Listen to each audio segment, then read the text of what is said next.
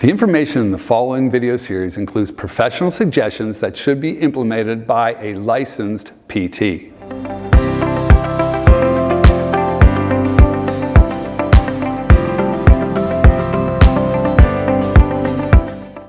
Hi, this is David Lawrence, founder and CEO of the Gait Foundation. This is the third video in our series on the neuromuscular rehabilitation of the foot and ankle complex. In the first video, I introduced core principles and biomechanical considerations that are important to keep in mind before you actually engage with the patient. In the second video, I provided a plan for the implementation of a foundational, progressive, and hands-on treatment strategy. If you understand all the principles of video 1 and can offer the core skills and exercises of video 2, many patients would be successful with returning to usual ADLs without additional care. But if patients want to return to sports, recreational, or more demanding work responsibilities, we will introduce those skills and exercises here in video 3. Our hands-on exercises will focus on the progression of speed, impact, and complexity of movement. However, quality movement control must always be assessed and protected. So as we have emphasized in video 2, it is important to note that therapists need 50 to 60 minutes to provide true quality hands-on care to every patient.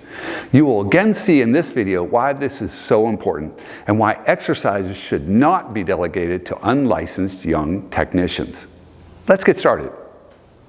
So now that we're in video 3, we're really focused on this idea of speed of motion and increase of impact. Exercises always have to be progressive, but at this point in time, if we're going to go to that sports level of training, we have to really bring speed into the equation and impact into the equation. Bring in that power issue that comes from moving and getting after it hard and creating something we call agility. Not just balance. Balance was real important early on. Now it's agility, putting balance to work. So remember, if we're talking slow speed, low impact, that's for motor relearning. Medium, right, impact or speed is more for motor reintegration, learning to control how that ankle moves and moves correctly. Once we get to fast speed, high impact, sports level performance, we are really looking at a level of energy coming through that foot, which is pretty intense. So we have to make sure we have all our pieces in place and determine what's best for this particular patient.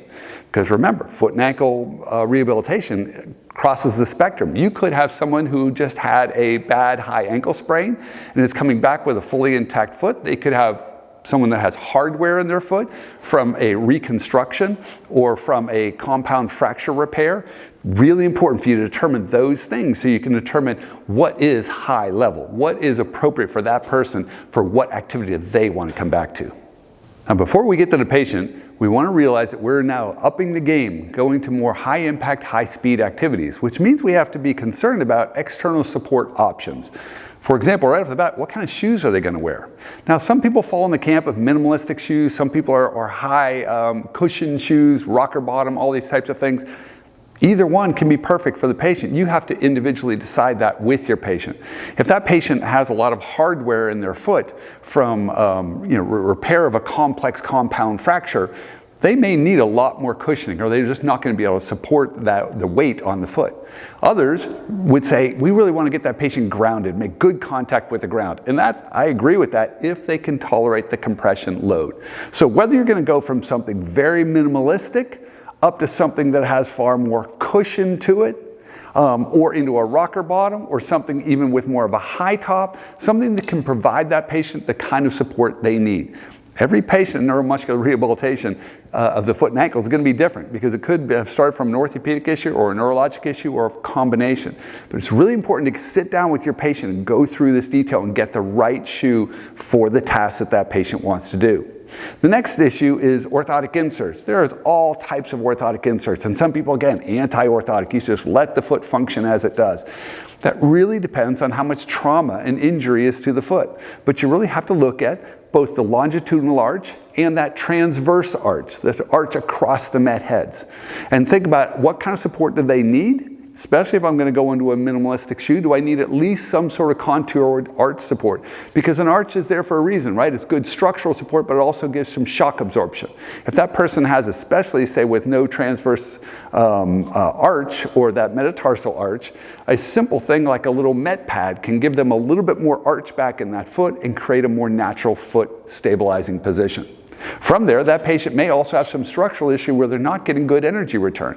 So carbon plates sometimes inside the foot can give them some support of this first ray as needed, or a full foot carbon support can also be utilized to create an energy return back from the foot. Now, if we go up from there, we look at things such as braces. And braces can go anything from a brace, which is kind of a lace-up stabilizing brace. I don't use this kind of thing a lot in rehab because I find that it's a little too supportive. Now, if you're a football player back out on the field playing, maybe use this along with playing the game. But when you're in rehab, I like to have you moving as much as possible and see if someone needs this much support to be able to move, they probably shouldn't be doing that activity in therapy at that particular time under control. One brace I do like a lot is something called the active ankle. Why? Because it's much simpler. It moves with the individual, and it locks in with the shoe under the insert of the shoe. So it becomes a real stabilizing force that allows full motion. So sometimes early on, a patient needs a little bit of support as they're upping the ante before they have enough complete control of themselves. From there, you can go all the way up the scale from some sort of carbon insert, and I'd say a patient with Guillain-Barré that's coming back and you're trying to get that foot and ankle control, but they just don't have quite enough yet. This will give them some support so they don't make a big mistake and also get some return for running activities. Or let's say we have something really bad, someone that's had an explosive compression fracture of the heel. The foot was shattered and had to be rebuilt. And many of these folks, they come back and really want to work hard, but the pain in the foot is just too intense. So an abeo like this, or an exosim, different terms they call this, is a way to unload pressure up this back plate to the upper tibia and unload the pressure on the ankle, change the pitch of the ankle so that they can really work hard, exercise at a high level while protecting that ankle. And probably the last thing that's important to consider is some sort of compression sock or compression sleeve. These can be very helpful because as that patient's first getting started, again, that foot is not moving quite as nicely as it will in the future, which means inflammation or buildup of edema can be a problem.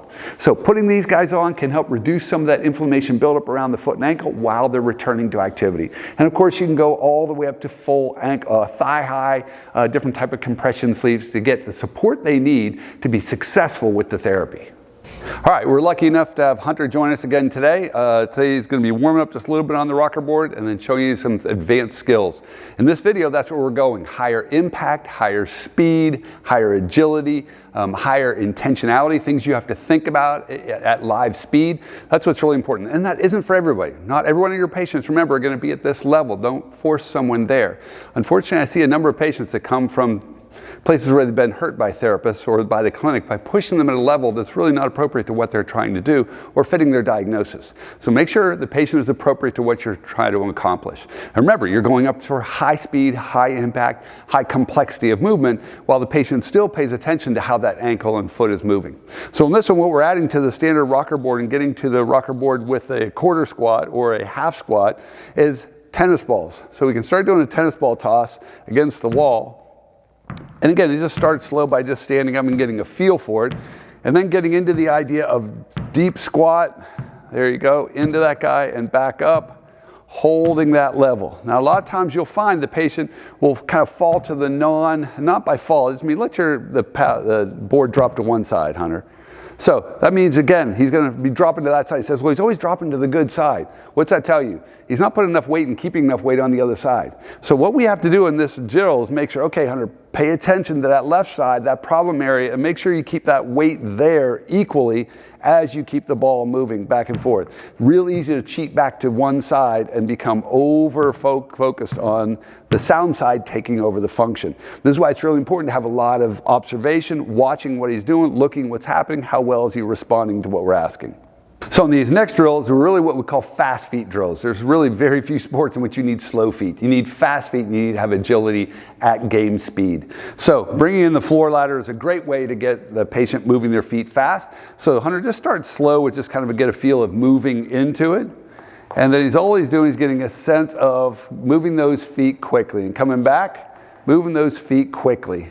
There you go. And what I'm looking for is load. Is it equal? Does he have enough weight on one side? Is he kind of limping off of that side? Or can he move from one drill to the other and then a little faster? Can he pick up that pace? Or does he have trouble with the pace? Coming in from the side, right? Coming down. There you go. Boom. That's it. Perfect. All the way down. That load on both sides, does it look equal? Is he starting to roll that ankle? Does it feel like he's there? Or is he just kind of using it as a club? Is he on the forefoot? Can he kind of add some impact into that drill? Can he get some weight on it as he's moving and picking up speed? The next fast foot drill is using floor hurdles. Not just speed with low step, but getting your knees up in the air and getting your feet moving. So what we're going to do, Hunter, is just coming through, take your time, kind of slow with a double touch in between. He's going over high hurdles, then low hurdles and speed, coming jogging right back. He'll do the same thing on this one at a faster pace. Now he's coming right through double touch, but really getting those feet moving as fast as he can. There you go, jog it back. On the last one, now no double touch, just a single touch between each hurdle. Boom, boom, boom, boom, fast, fast, fast, fast, fast. Nice, going all the way back. And we'll switch it up now to side steps. Side steps, don't go too fast, just kind of get a feel for the motion. Make sure you can get over every hurdle. Good motion. Great, jogging back. And this one, fast pace. So coming back at it as quick as you can. Boom, boom, boom, fast feet, high, high, high, fast, fast, fast, fast, and move. Perfect. Fast feet is not the only thing you need. You also need power. So at times really just that raw oomph and power to get things moving. So a sled push is great. You may not have a sled. A chair works great. We put weights in the sled, put non-skid or skid pads underneath it and allow it to slide. All right, Hunter, all you're doing is pressing off. Start slow. Just get a deep press all the way through. I'm watching that foot and ankle complex. Make sure he's got full motion to get that heel down. Now pick up the pace, Hunter. Press it out, press it out, press it out. There he goes. Goes up into a jog pace, pressing all the way through. That's good. So on this one, basically now we're looking at a pulling power. Instead of a push power, a pull power. So same thing, Hunter. Just kind of lean back into it. Pressing and pulling that guy. Load, start slow. Just getting a nice, consistent, full press, pull. There you go. And then picking up the pace and try and press it right back. Push, push, push, push, push. That's it. Give that big push off. Watching that foot and ankle. Make sure he's not limping off of it. Getting a really good push off. Excellent. Now on this one going forward, we also want to work on some speed play. So in sports, many times you have to go from low power or low speed with power to high speed with power. So all you're going to do is start slow, pressing off. Excellent. Good. Now power right into a little jog, press off. Good. And back down to slow. Good, back into power, press off, and back into slow, and back into power. Fast, fast, push off. Excellent. ProFitter is a great tool. Really works on that lateral control, that ability to push downhill and off. So this comes from the Canadian ski team program. So it really is a great fast foot drill and a power drill at the same time. So I'm going to have Hunter go ahead and use poles, step up, find his balance, and then I just want you to slowly go from end to end. And you really focus on just pressing into what would be the downhill ski, all right? The upper edge of the downhill ski, pressing in and getting that nice full motion all the way from side to side. As he starts feeling comfortable with that and you're looking for equality, can he push as hard with the involved ankle as he can with the other? Can he get a consistent motion from side to side? Many times you have to talk to him about that and remind him, okay, you got to really think about that involved side and press your weight down into it to get a full motion. If it's going well, then you say, I want you to just pick up the speed. Same issue, side to side, and just going a little faster from end to end. There you go. So nice full motion. The ProFitter also has bands underneath it, so you can make it tighter and harder to go or easier. So basically on the weight of the patient and also activity level and their own strength at that point in time. So at this point then we want to work on just high speed, short range of motion. So Hunter, I want you to go much shorter range, just a really quick transition. That's it. Slowly build that speed as fast as you can go. You think about coming down a hill through gates, skiing, as fast as you possibly can go back and forth between those gates. 3, 2, 1. Hold up right there. Stop. Now the progression from that is just simply, if he's got the balance, I take these away. Now sometimes I may stand right here, so I've got it in front of him. He can grab right onto it if he loses his balance. But go ahead and let's see you go ahead. And the same thing, full range, side to side. There you go. Pick up the pace pretty quickly if you're feeling good. Get right after it. Big press all the way from one end to the other. That's it. Really working that ankle. Excellent. Then come into the center and give me that fast speed. As fast as you can move. Find a rhythm and keep that rhythm going as quick as you could possibly go. Excellent. Okay, in video 2, we used the mini tramp like we have some of the other things, but all the difference here is instead of slow, controlled motion, we're just going to build up the speed and the height. So go ahead and just start with a hopping in place. There you go. There you go. Getting that and getting some real lift out of it. Press off. A little bit deeper knee bend. There you go. Boom, deep and press off. Good. And then more from your calves. Just not such a deep, all from your feet. Push off. A little bit more. Pop, pop, pop, pop. Excellent. Hold right there. And then we can jog in place. So we can start with real slow introduction to jogging for the first time. So he's just kind of alternating and thinking, okay, let's see if you can lift up and go a little bit. There you go. One foot to the next. Excellent. If you feel pretty good about that, we have him pick up that pace. That's right. Take hand support away, get his arms moving, and then popping and thinking, okay, how fast can I get myself going? 4, 3, 2, 1, and back it off. Okay, we've seen the Bosu also utilized in video 2. What we're going to do in here is adding a little bit more depth of motion to it, a little more speed to it, and a little multitasking, more weight to it. So I just want you to come into that position, give me that lunge, that push down forward. I'm going to toss you a heavy ball, coming back. Step off and right back into it. Boom. Perfect. Press off. Good. Same thing. Step right into it. Boom. Good. Switch feet. Remember, a lot of times people have them only work on the involved or the injured side, and you want to make sure that the other side stays in good shape as well. We don't want a repeat offender. Oh, there we go. Coming off. Go one more time. You don't want someone making that mistake and coming back with a sprain or a damage to their other ankle because they've been overworking it and not really getting the control. The next one we're going to do is give him the ball, move the Bosu a little bit. He's going to now step on there, get that lunge position, find the control, and then give a full body rotation to each side before he steps back. So working around that ankle, and then press back off. There you go. Find it, get into it, rotate, and press back off. Again, this isn't for everybody. You got to make sure that person has a really good, strong, stable ankle at this point in time, and is really just coming up to that highest level of function. There you go. And again, do the other side as well. Really important that you always work both sides, even if there's only a unilateral ankle injury. Gives them both a barometer of what the good side feels like, but also make sure that the good side is coming back as strong and agile as you're getting the involved side. Perfect. Now we're really talking about plyometrics. We've used plyometrics in a couple of different ways. On the Bosu, you can see that plyometric control into a lunge and come out, but now we're going to add a concentric contraction on top of that eccentric contraction. The mistake people make when they work on plyometrics is, I want you to hop off there and just stop on the floor. Hesitate for a second, then step up. That's not plyometrics. What plyometrics is, go ahead and come back over, is as he hops down, as soon as he makes contact, he comes right back up. Now, if he can go deeper into a squat, that's still downward eccentric motion, but he can't come to a stop at the bottom. So down and press back up and turn around. Do the same thing going the other way. Why? Because here he gets more eccentric load from a higher surface and a small concentric, and this side he gets a small eccentric into more concentric. So back and forth each direction.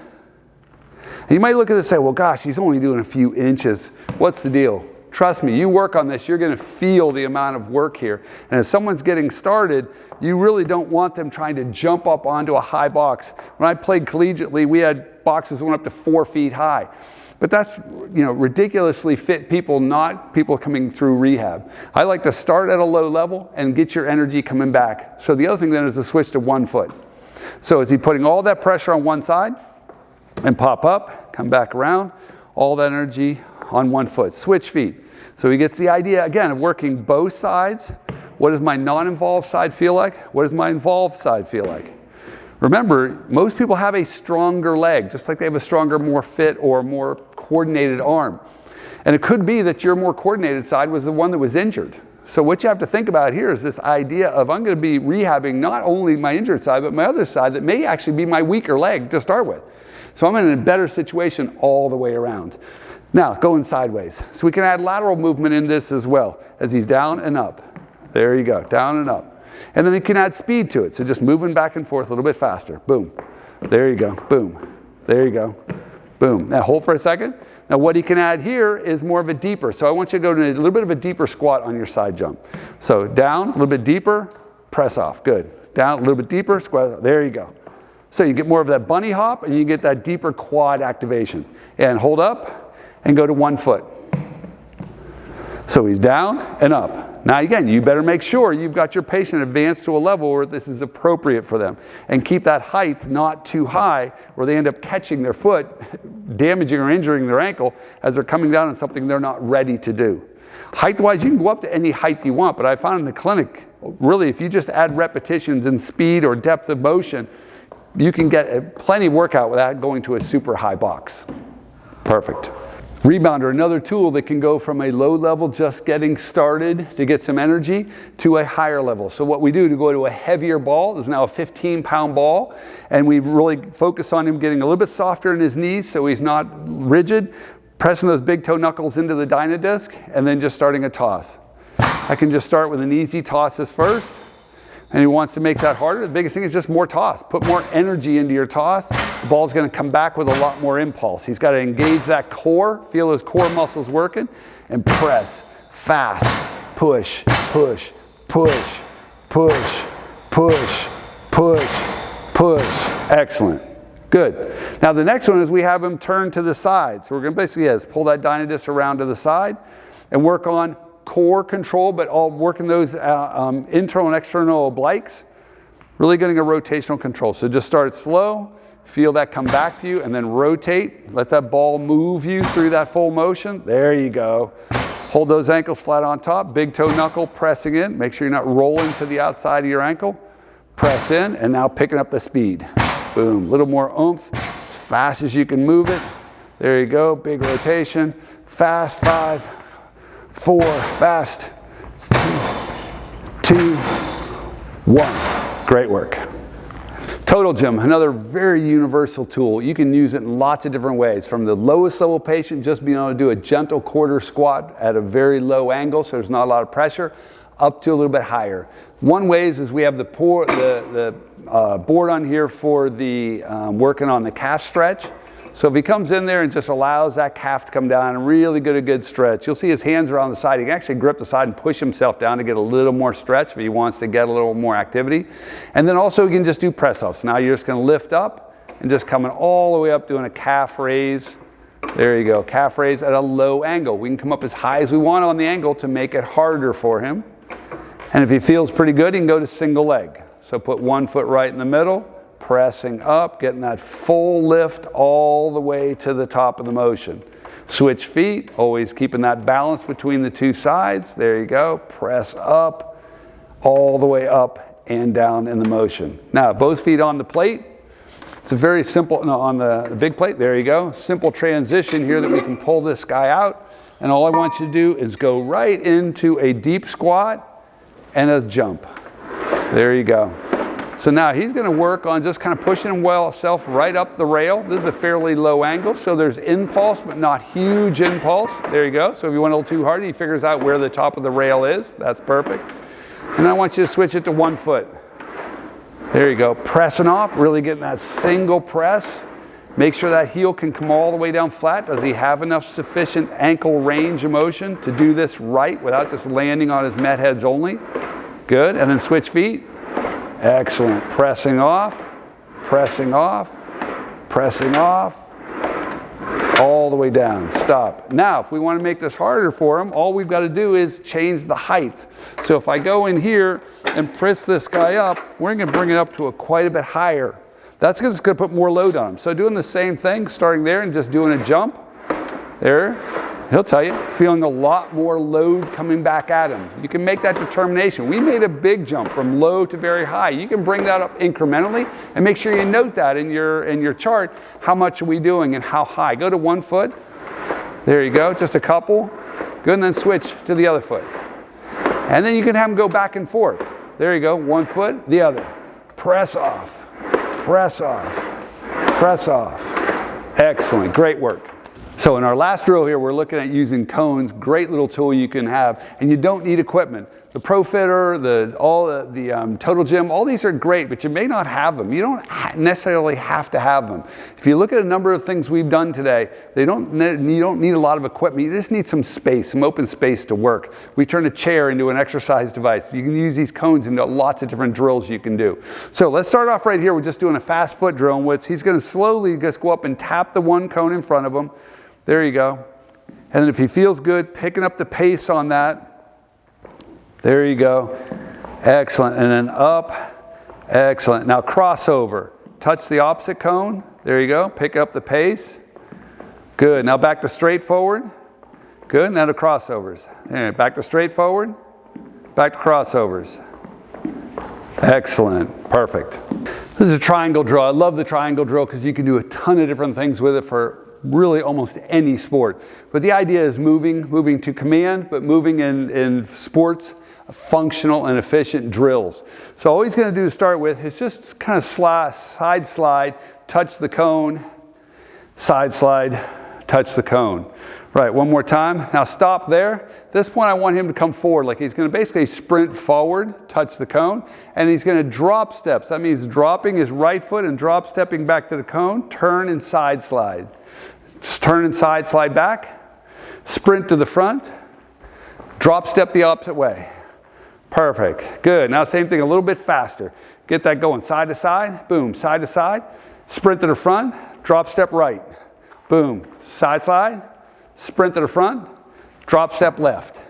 There you go. Again, side to side, sprint forward, drop step left. Boom. Back forward, sprint, drop step right. There you go, side slide. Excellent, perfect. So from there you can do lots of different drills of moving in different directions. But think about almost any sport, it's about attacking forward, recovering quickly, being able to side slide and move. The drop step's a really important tool. You don't backpedal if you don't have to. That side slide is going to be a much faster, or that drop step side slide is going to be a much faster motion in a tight area. Now you can add things to this equation. And those can be lots of different tools. I'm going to hand him a tennis racket. But you could use a basketball. You could be dribbling through these drills and add lots of different things to it. Soccer ball, he could be dribbling a soccer ball. Or when he attacks her in some motion, roll a ball in to strike back. So controlled motion, controlled passing in and out, as well as fast motion while I'm dribbling with the ball. So balls can be used in lots of different ways. But if he's got a tennis ball, he's doing this, or a tennis racket, he's doing the same thing. Am I going to be into an attack position? So I want you to side slide to your right. Hold there and turn with that right hand open. No, turn with that right hand open as if you're going to make contact with the tennis racket. There you go. And now side slide the other way and backhand. Turn that backhand away. Good. So same thing, back and forth, forward and back in all the different motions. So here we go. The side slide to your left, forward fast, all the way up, back to your left. Good. Side slide right, side slide left. Good. Left. Good. Come on, all the way up. Good. Back pedal to your right. There you go.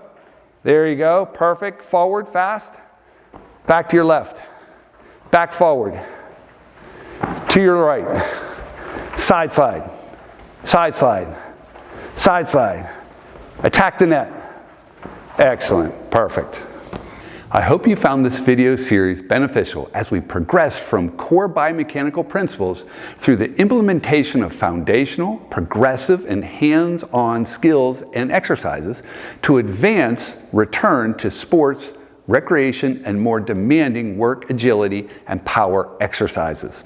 Overall, the key message is to be creative and hands-on with progressive and adaptable treatment strategies provided by a licensed therapist.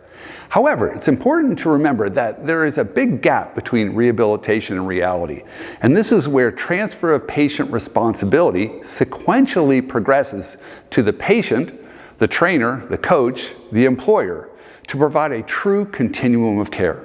Drills and skills move from highly intentional to highly reactive, thus achieving sports and activity-specific speed.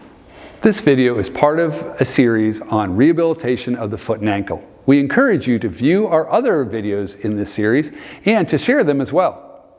You can find them on our YouTube channel at youtube.com/MissionGait. To stay up to date on our latest content, click the link in the corner to subscribe and be sure to like and share this video. And if you enjoyed this content and found it helpful, please consider joining the mission and donating using the link below or using the donate button on our website, www.missiongait.org. We love providing this information for free to anyone using the YouTube platform. And it's all thanks to our generous donors and sponsors who truly see the value in this information. How about you?